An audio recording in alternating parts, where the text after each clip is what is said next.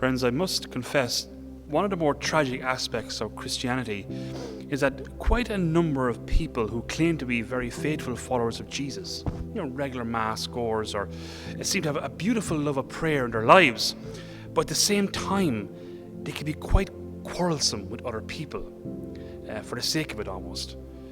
Speak in an aggressive or a nasty way to other people, or dehumanize people, belittle people who seek justice in this world or fairer world. It's a bit, it reminds me a little bit of what Gandhi once said, which is often been attributed to him when he was asked about Christians. And he said, "I like your Christ, but I don't like your Christians." Your Christians are so unlike your Christ. And you know what? He has a point. A really good point. And the gospel this evening, everybody, we have Jesus very clearly letting all of us who are paying attention know that faith without charitable works, without charitable love for others, will not open the door to eternal life for us. And I suppose, it is one of the most important Lenten observances is charity, charitable works for those who are most vulnerable, the poor. And the gospel, friends, it makes it so abundantly clear that to love Christ means to love those whom Christ loves. To love Christ is to love those whom Christ loves. And it's really interesting, everybody, throughout the Gospels, throughout Jesus' ministry in Judea and Galilee, one of the very most interesting aspects is that most people, they don't recognize God is in front of them. They struggle to understand who it is they're talking to or who's directly in front of them. That's not very obvious to them. I think the truth can be said for a lot of us today as well. The presence of the risen Lord, it's not always easy for you and me to recognize in people around us. That's why Jesus, he's so clear that insofar as you clothe the naked, feed the hungry, attend to the sick and visit the lonely, etc., you do it to God. There God's presence is found. And Jesus, he's really saying, everybody, that his presence is found in the most vulnerable, the most poor in this world. And it's in serving them we serve Christ, whether we realize it or not.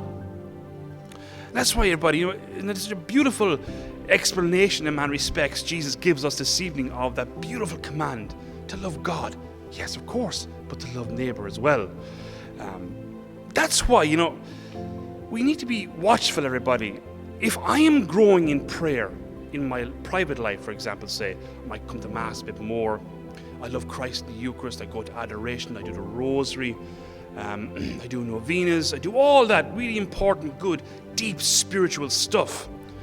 But if I'm not growing in joy, if I'm not growing in love for other people, folks, there's something amiss. There's an imbalance in our discipleship of Christ. We'd have to be paying more attention to that. Because without a shadow of a doubt, everybody, one of the highest priorities of our time is the defense of human dignity in our world. And we see it's rampant at the moment. Our world is once again facing the dehumanizing of men and women by political or cultural ideologies. And that now mixed on top of that is war, the looming threat of war once again in our world. Friends, we need people who are neck deep in prayer, neck deep in deep love of Christ in their own time, but while at the same time lovers of humanity and the good things of this world and to stand up for them. We need saints. We need more Francis of Assisi's. We need more Mother Teresa's, more Father Solanus Casey's, more Dorothy Day's, more Kevin Crowley's, Brother Kevin Crowley's.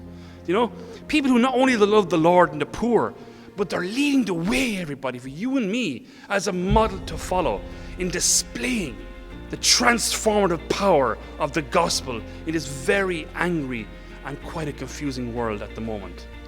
Carrying out the church's corporal works of mercy should be part and parcel of our focus in Lent. Feeding the hungry, visiting the sick, the imprisoned, those who are lonely, giving shelter to the weary, burying the dead is one of the corporal works of mercy. Beautiful. Clothing the naked and offering drink to those who are thirsty. Friends, let's use Lent as a time to refocus our work in justice and in care for those who are most vulnerable, and to do so with a love of God in our hearts, knowing that in serving the poor, we serve Jesus.